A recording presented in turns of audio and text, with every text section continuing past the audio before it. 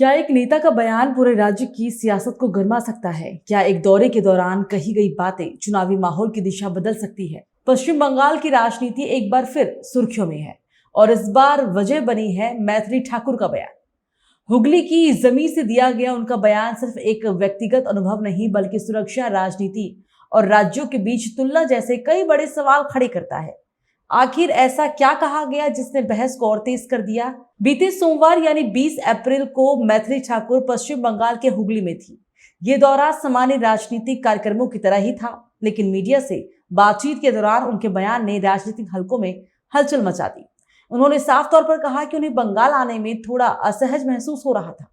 आपको बता दें कि उन्होंने इसका कारण चुनावी हिंसा और माहौल को बताया। उनके अनुसार चुनाव के दौरान विपक्षी कार्यकर्ताओं पर पत्थरबाजी, वसूली और दलाली जैसे आरोप लगे थे। ऐसे माहौल में खुद को सुरक्षित महसूस करना मुश्किल होता है। उनके शब्दों में एक स्पष्ट संदेश था, सुरक्षा का सवाल सिर्फ व्यक्तिगत नहीं बल्कि राजनीतिक माहौल से जुड़ा हुआ है। लेकिन उन्होंने इसी बयान के साथ एक दूसरा पहलू भी सामने रखा। उन्होंने कहा कि जब वे भारतीय जनता पार्टी के कार्यकर्ताओं के बीच होती हैं तो उन्हें किसी तरह का डर नहीं लगता। यहाँ तक कि उन्होंने ये भी कहा कि वे सोना पहनकर भी निश्चिंत होकर घूम सकती हैं क्योंकि उन्हें भरोसा है कि उनके भाई उनके साथ हैं। ये बयान सिर्फ सुरक्षा का नहीं बल्कि राजनीतिक समर्थन और संगठन की ताकत का संकेत भी देता है। साथ ही आपको ये भी बता दें कि उन्होंने ममता बनर्जी पर निशाना साधा कि जब मीडिया ने उनसे ममता बनर्जी को लेकर सवाल किया तो उनका जवाब भी उतना ही सीधा था। उन्होंने कहा कि दीदी तो कुछ भी बोल सकती हैं, विपक्ष का काम है बोलना, हमारा काम है जनता की सेवा करना। ये बयान राजनीतिक रूप से महत्वपूर्ण है क्योंकि इसमें सीधा टकराव नहीं बल्कि जिम्मेदारी की बात की गई है। उन्होंने अपने बयान में सेवा को केंद्र में रखा, खासकर महिलाओं और आम जनता की सेवा को। बात यहीं खत्म नहीं हुई। जब उनसे पूछा गया कि ममता बनर्जी अक्सर ये कहती हैं कि बिहार और उत्तर प्रदेश में महिलाएं सुरक्षित नहीं है तो मैथिली ठाकुर ने इसका भी जवाब दिया। उन्होंने खुद को बिहार की बेटी बताते हुए कहा कि वे वहां पूरी तरह सुरक्षित महसूस करती हैं। उनका दावा था कि बिहार में अगर कोई अपराध होता है तो 24 घंटे के भीतर कार्रवाई होती है और अपराधियों की गिरफ्तारी होती है। ये बयान सीधे तौर पर राज्यों के बीच तुलना को जन्म देता है। जहां एक तरफ बंगाल की सुरक्षा पर सवाल उठाए जा रहे हैं तो वहीं दूसरी तरफ बिहार को सुरक्षित बताया जा रहा है। उन्होंने दूसरी तरफ 2026 में बदलाव का भी दावा किया है। बता दें कि राजनीतिक बयानबाजी का सबसे अहम हिस्सा तब सामने आया जब उन्होंने भविष्य की बात कर दी। मैथिली ठाकुर ने दावा किया कि 2026 में पश्चिम बंगाल में परिवर्तन होगा। उन्होंने कहा कि इस बार बंगाल जागेगा।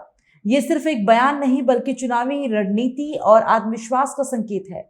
हर चुनाव से पहले इस तरह के दावे किए जाते हैं, लेकिन उनका असर जनता के मूड और राजनीतिक समीकरणों पर ही निर्भर करता है। अंत में मीडिया ने एक और अहम सवाल उठाया कि क्या चुनाव के दौरान केंद्रीय जांच एजेंसियों का इस्तेमाल विरोधियों को परेशान करने के लिए किया जाता है।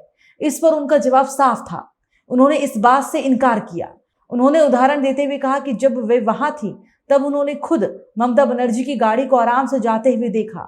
उनके अनुसार अगर किसी तरह की परेशान करने वाली स्थिति होती तो ऐसा संभव नहीं होता।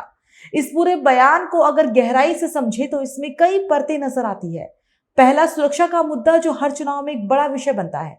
दूसरा, राज्यों के बीच तुलना जो राजनीतिक बहस को और तेज करती है। तीसरा, संगठन की ताकत और कार्यकर्ताओं पर भरोसा जो किसी भी पार्टी की नींव होती है।